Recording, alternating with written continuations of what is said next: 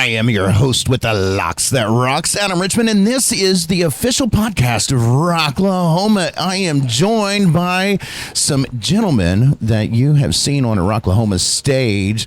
What is up, guys? Hey, what's going on? What's happening? Small Town SINdrome. Tell me a little bit, where did that name come from? Well, right. So, I was seeing a girl, and I stopped seeing her, and she didn't like that, so she started rumors about me and like just crazy, outlandish shit. And one day I was like, man, she got Small Town SINdrome. And then we were just first kind of figuring it out. I'm like, hey, shit, that would be a pretty good band name. And brought it to the guys, and they liked it, and we went with it. So it was about a girl. About a girl being crazy. Have you seen her since then? No, I haven't. Even better, right? It's good that way.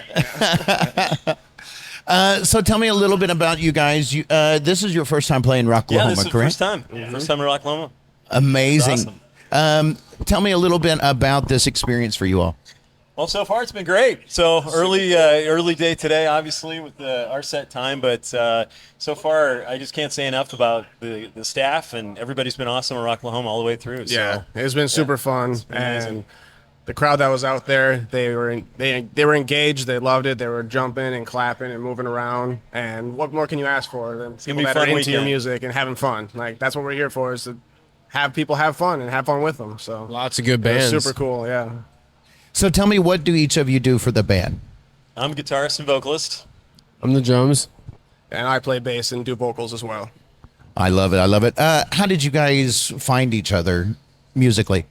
It's probably Adam and I starting to jam together, So Adam's my stepson, actually, so we got kind of a multi-generational thing here. Yeah.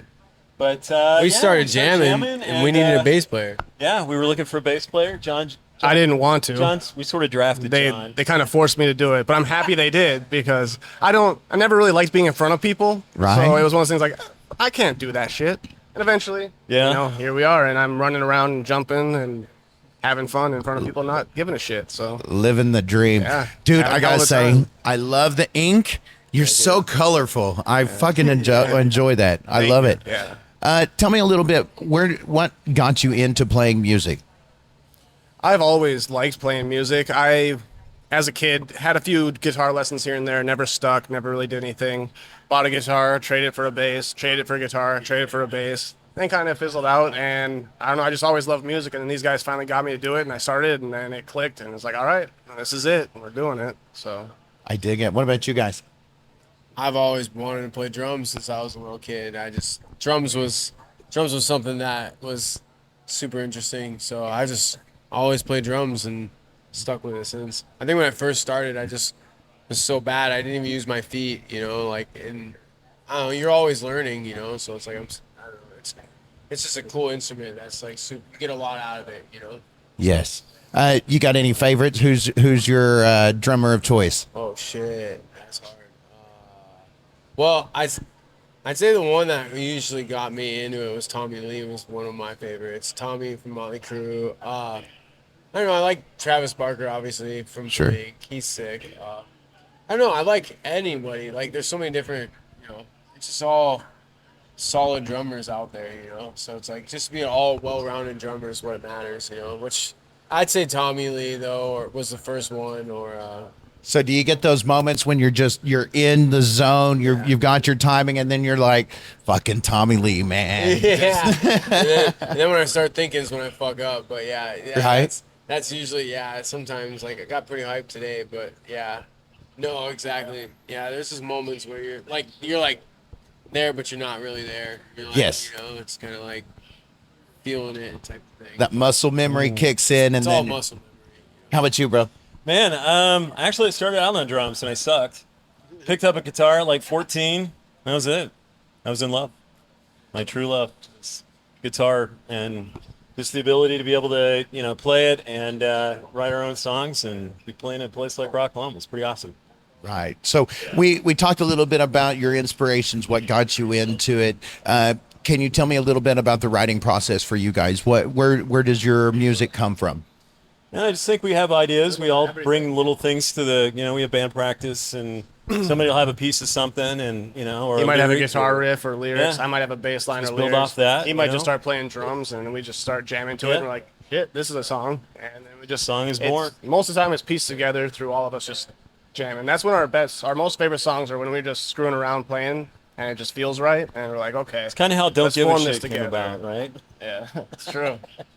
You got to get an example of one of your current tracks that's kind of came out that way. Something you Well, you Don't guys Give are a just Shit, really definitely. feeling It's it. a song we just played actually here with our set. We've been playing it 4 or 5 years now. It was on our very first album, and "Don't Give a Shit." So it's really kind of about you.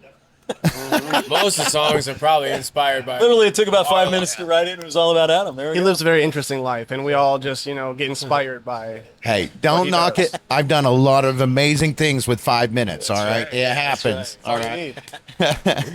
Yeah, no, I mean, yeah, it just kind of sometimes it's freestyle too, where we're like, Sure. we're just start.